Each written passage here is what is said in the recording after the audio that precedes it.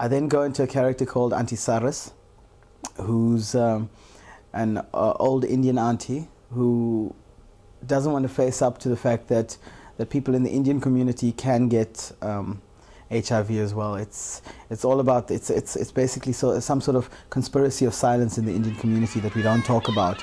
Don't try to pull the sheep over my eyes. You know our community don't get HIV. Not our community. You know, I read your magazine. I know the only way you can get HIV is through intercourse.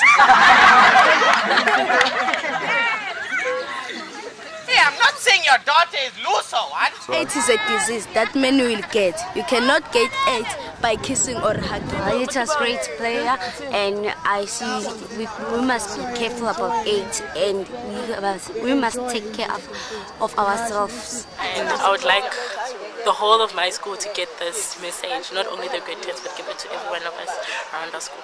The main thrust of Amagama Amatatu is that it needs to go to schools that can't afford to pay. These kids are struggling to pay school fees, they're struggling to buy school uniforms, they haven't got desks to sit in. Education is really expensive. And to try and expect schools of that nature to pay for such a product is really difficult. On the other hand, to expect artists who are trying to earn their living to perform without charge is impossible. So at the end of the day, Amagama Amatatu rests on funding. You've got the beat in you. Come on, guys, you gotta condomize. Pinky was not aware that Rhonda didn't know the signs. She thought Rhonda knew. What must I paint you a picture? Rhonda, you slept with Mandla. If you want to be so crude about it. But I warned you. What's this? I told you, Cox. What's that? Z3, Cox, Colgate, they mean AIDS. Has AIDS. What? Yes. But she didn't insist that he wore a condom, and that's where the fault lies. So that is that's being dealt with in that particular scenario. And there's still time. Oh, there's a short period when it can be stopped. Oh, before you get sick. Oh, the doctor can give you some medicine. It's going to cost you a lot of money. Oh, and it's going to make you very, very sick. But it's the only thing we can do. Oh. And so there we have a situation where the audience is being advised through the advice of one character to another. From this grade 9, some of them are pregnant right now. You were talking to the pregnant pupils, mothers, fathers. Life is for seeking and finding. It's for walking the winding road. Shaping and making you more. Nozipo is young. The baby is asleep, so she decides, okay, I'm gonna play. Oh, here's my friend from school. Okay, come, let's play.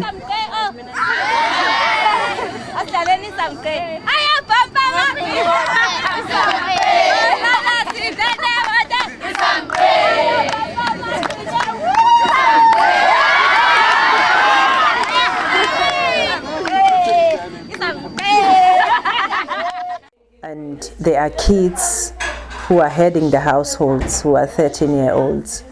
So that's where Nozipo comes from. She's looking after her brothers and sisters. Why did my mommy have to die?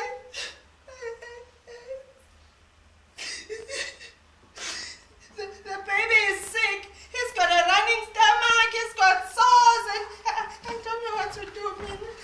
I'm so sorry. I can't take this anymore. Ben Naidoo is a social worker who's just trying to do the best he can in a very, very bad situation. He was playing by those broken bottles again. Okay, Smart, don't touch him. You don't get any blood on you. You know he's sick. Where are those gloves I gave you? We felt it was important that there should be some positive input. And we should show a situation, child-headed household, and at the same time show that there are people out there who are supporting. I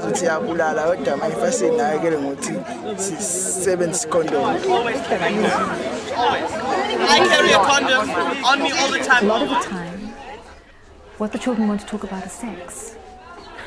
They may also, while they're wanting to talk about sex, also ask questions related to sexuality and AIDS. But that is what is very interesting for us, is to actually recognize that children even of 12 years old are asking questions that are very sophisticated when it comes to sexual practice. So it also gives an indication of the audiences that we're dealing with, that we're not pitting this thing too high or too low. We're actually getting right to the spot. These children are actually, a lot of them are sexually active.